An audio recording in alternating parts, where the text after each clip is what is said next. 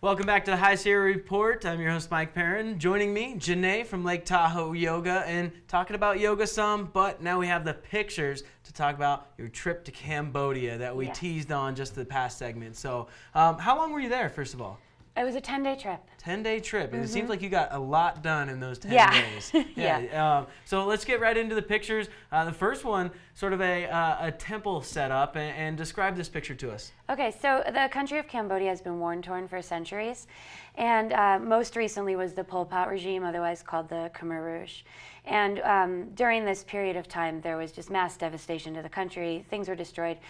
People were murdered. Genocide everywhere.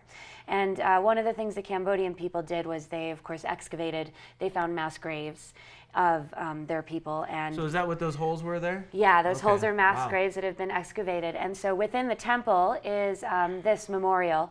And they have basically collected the bones, sorted the bones, and they now have them on display so that you can go, you can give your condolences, you can pray, whatever you feel necessary in order to honor the dead in Cambodia. Wow, okay. So a lot of respect given there. Yeah. Let's keep on getting into the next picture. I mean, talk about devastation. This is a little bit of it right here. Yeah, well, so the interesting thing is this is modern devastation. Right. Recently, plastic and styrofoams were introduced to the country, and they came via, guess what, the Americans and the Chinese. What do you know? And the Cambodian people don't know what to do with this. They don't have a modern garbage program. And so one of the things that really surprised me was that throughout the country, there is just garbage everywhere. Yeah. Who are you standing with here? Yeah, so there are groups that we associated ourselves with while going there, and one of them is called Nataraj Yoga, and they have a non-government organization, an NGO called Khmer Yoga. And this is the first place we visited. We got to see a presentation from them, and they do good in their country. They give back to the people. They are attempting to prevent and reduce sex trade. Okay. And so what we did was we offered yoga classes there, and you can see there I am standing in front of a yoga class.